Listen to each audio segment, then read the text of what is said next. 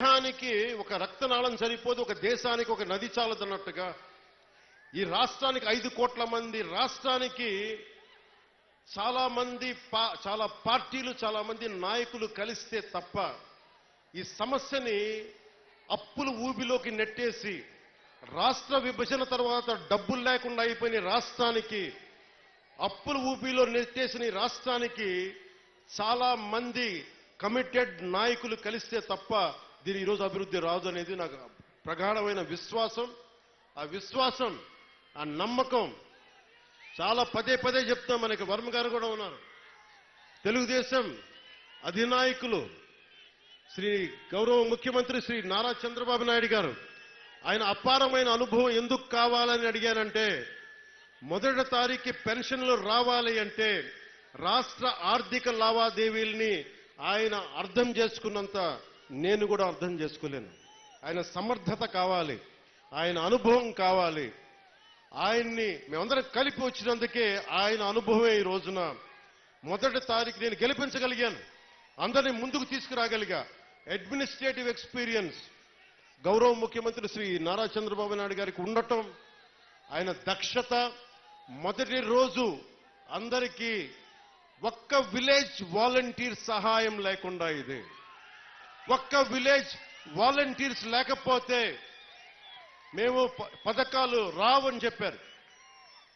మొత్తం ప్రభుత్వ శాఖనే వాడారు, అందరూ గ్రామ సచివాలయాలనే వాడారు. ఒక్కొక్క సచివాలయం నుంచి 10 మంది. మొత్తం తూర్పుగోదావరి జిల్లా, కాకినాడ జిల్లా నుంచి దాదాపు ఉన్న అన్ని సచివాలయం కొన్ని వేలాది మందిని కదిలించి ఒక్క పొద్దున 6 గంటలకు మొదలు పెడితే సాయంత్రం అయిపోయింది, మిగిలిన నెక్స్ట్ డే ఇచ్చేశారు. ఇలాంటి అనుభవం కావాలి. నా దగ్గరే ఉంది, చంద్రబాబు గారి దగ్గర అపారమైన అనుభవం ఉంది.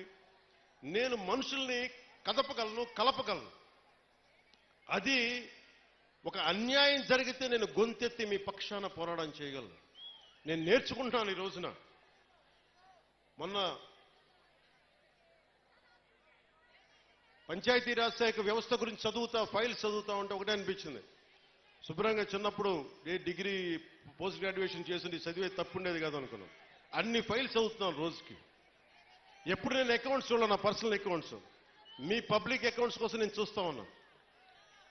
మీకు రోడ్లు కానీ మాకు కొద్దిగా సమయం ఇవ్వండి. మీకు సింపుల్గా చెప్తున్నాను, మనకి 54 పంచాయతీలు కదా, మనకి 53, మన పిఠాపురంలోనే 54 పంచాయతీలు. 54 పంచాయతీలకి ఈ రోజున సమస్య నిధులు లేవు. మనకి నిన్న రివ్యూ చేస్తా ఉంటే కాకినాడలో క్రయ విక్రయాలు, భూముల అమ్మకాలు, క్రయం విక్రయాలు ఉంటే మనం స్టాంప్ డ్యూటీ కడతాం. ఒక ఉదాహరణకు 1000 రూపాయలు స్టాంప్ డ్యూటీ కడితే దానికి కనీసం 2% దాంట్లో డబ్బులు మనకు రావాలి, పంచాయతీలకి రావాలి. పంచాయతీలకి డబ్బులు మన స్టేట్కి వెళ్తున్నాయి కానీ అక్కడి నుంచి రావట్లా. అందుకే పంచాయతీలో నిధులు మనకి కుళాయిలకి ఏదైనా కావాలన్నా నిధులు లేవు. ఏ మూల చూసినా నిధుల్ని అడ్డగోలుగా దారి మళ్లించేశారు. ఋషికొండ అనే ఒక ప్యాలెస్ కట్టడానికి 600 కోట్ల రూపాయలు వెచ్చించారు. ఎవరుంటారు అక్కడ?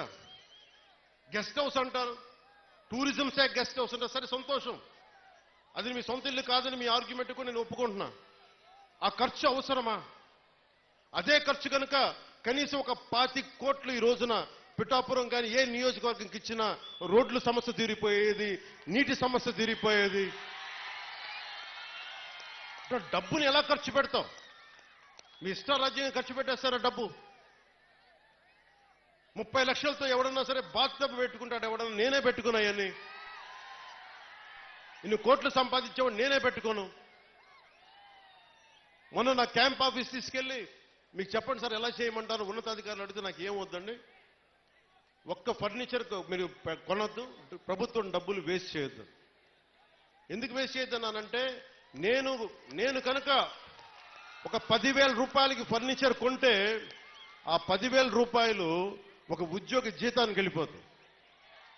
మన సెక్రటేరియట్ నుంచి నా దగ్గరికి వచ్చి మీరు అసెంబ్లీ సెషన్స్ వెళ్ళినందుకు దాదాపు మీకు 31,000 రూపాయలు మీకు రావాలి, సంతకాలు పెట్టండి అంటే నేను నా పంచాయతీరాజ్ శాఖలో నిధులు లేవు, నేను అలా డబ్బులు తీసుకుంటాను, నాకు వద్దు. నేను చదివిస్తున్నాను, దీన్ని రెలింక్విష్ చేస్తున్నా. 30,000 నేను వదిలేస్తే ఒక ప్రభుత్వ ఉద్యోగికో ఒక కానిస్టేబుల్కో జీతాలకు వెళ్ళిపోతుంది. అంటే ఇంత బాధ్యతగా ఉండాలి అని నేను ముందుకెళ్తున్నా. నా ముందున్న చాలా బాధ్యతలు ఇచ్చారు మీరు. ఇందాక సాగునీటి గురించి చెప్పాను.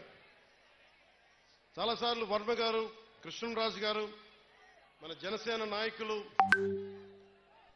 అందరూ కూడా నా దృష్టికి తీసుకొచ్చింది ఏలేరు శుద్ధగడ్డ ఆధునీకరణ. ఈ దాదాపు పెద్దాపురం నియోజకవర్గం నుంచి కూడా దీనికి ఫలితం ఉంటుంది. దీనిని ముందుకు తీసుకెళ్లి నాకు కొద్దిగా సమయం కావాలి ఇది హ్యాండిల్ చేయడానికి, దీన్ని ముందుకు తీసుకెళ్ళడానికి. నిన్నే అధికారులతోటి సమీక్షలో మాట్లాడాను. అలాగే పురోహితిక దేవాలయం అమ్మవారిని కేంద్రంగా చేసుకొని, పిఠాపురాన్ని ఆధ్యాత్మిక కేంద్రంగా చేసుకొని, టెంపుల్ సర్క్యూట్, టెంపుల్ టూరిజంను డెవలప్ చేస్తాను. మొన్నే అడగండి, ప్రధానమంత్రి గారిని కలిశారు.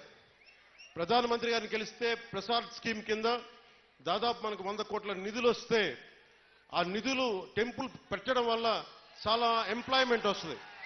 ఈయన అదే పంపించాను.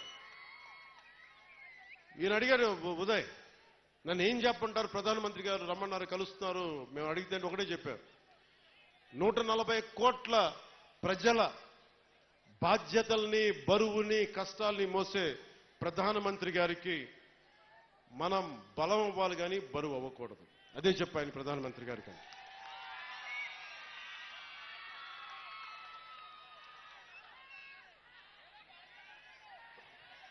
అలాగే మనకి పిఠాపురంలో సెరికల్చర్ ఉంది. ప్రతిసారి చిత్తూరు కానీ లేదంటే మనకి ఆ ముడిసరుక్కి మదనపల్లి హనుమాన్ జంక్షన్కి వెళ్లాల్సి వస్తుందని చెప్పి నా దృష్టిలో ఉంది. దానిని ఇక్కడే చేసే ఆప్టిమైజింగ్ సెంటర్, రీలింగ్ సెంటర్ని ఇక్కడే ఏర్పాటు చేస్తాం. దాని గురించి కూడా మాట్లాడుతా ఉన్నాం. అలాగే ఉత్పత్తిలో విత్తనాలు మరియు బహుళ పంటలకు సంబంధించిన చాలా డిమాండ్ ఉందని కాబట్టి ఇక్కడే విత్తన కేంద్రం ఏర్పాటు చేయాలి. దాని తగ్గ ఏర్పాట్ల గురించి కూడా అధికారులతో మాట్లాడుతూ ఉన్నాను. దుర్గాడ గ్రామంలో మాకు మిర్చిని కొట్టే థ్రాషింగ్ ఫ్లోర్ కావాలి అంటే దాన్ని కూడా ముందుకు తీసుకెళ్తా ఉన్నాం. గొల్లప్రోల్లో హార్టికల్ ఉద్యాన పంటలు ఎక్కువ, దానికి కోల్డ్ స్టోరేజ్ని మాట ఇచ్చాను, అది చేసి పెడతాం. ముఖ్యంగా మనకి ఈ పశువుల సంత ఉంది ఇక్కడ. అది నాకు తెలిసి ఈ రోజు నుండే ఆ పని మొదలవ్వాలి. ఎందుకంటే నిన్నే ఎగ్జిక్యూటివ్ మనకు ఆర్డర్ వచ్చింది, జీవో వచ్చింది, అది ప్రారంభించాం. అది నిన్నే అధికారులు వచ్చి నా దగ్గర చూపించారు. అలాగే మన ఉప్పాటి నుంచి వస్తా ఉంటే పొందాకు కూడా కనిపించింది, మన Kotagummam junction railway gate flyover అందరు ఆగిపోతా ఉన్నా, నాకు బాధగా ఉంది. ఉదయ్కి ఒకటే చెప్పాను, నేను ఇప్పటిదాకా ప్రధానమంత్రి గారిని ఉప ముఖ్యమంత్రి స్థానం తర్వాత వెళ్ళి కలవాలి. నేను ఆయన కలిసినప్పుడు మొట్టమొదటిగా అడిగేది మన కోటగుమ్మం జంక్షన్ రైల్వే గేట్కి ఒక ఫ్లైఓవర్ కావాలి. ఆల్రెడీ దాని గురించి పని మొదలు పెట్టేశాను. నేను అడిగింది ఏంటంటే ఎంతకాలం పడద్దని అడిగాను. సంవత్సరంన్నర, సంవత్సరం 8 నెలలు కాదు, నాకు సంవత్సరం లోపు అయిపోయేలాగా ఏం జరగాలో చెప్పండి, ఎవరిని కదిలించాలో చెప్పండి, కేంద్రం ఢిల్లీకి వెళ్తే ఎవరితో మాట్లాడాలో చెప్పండి, నేను మాట్లాడతాను, డబ్బులు తీసుకొస్తాం. ఇది మీరు అనుకున్న దానికంటే కూడా చాలా తొందరగా కోటగుమ్మం రైల్వే జంక్షన్ ని మీకు ట్రాఫిక్ అంతరాయం లేకుండా వచ్చే బాధ్యత మేము తీసుకుంటాం.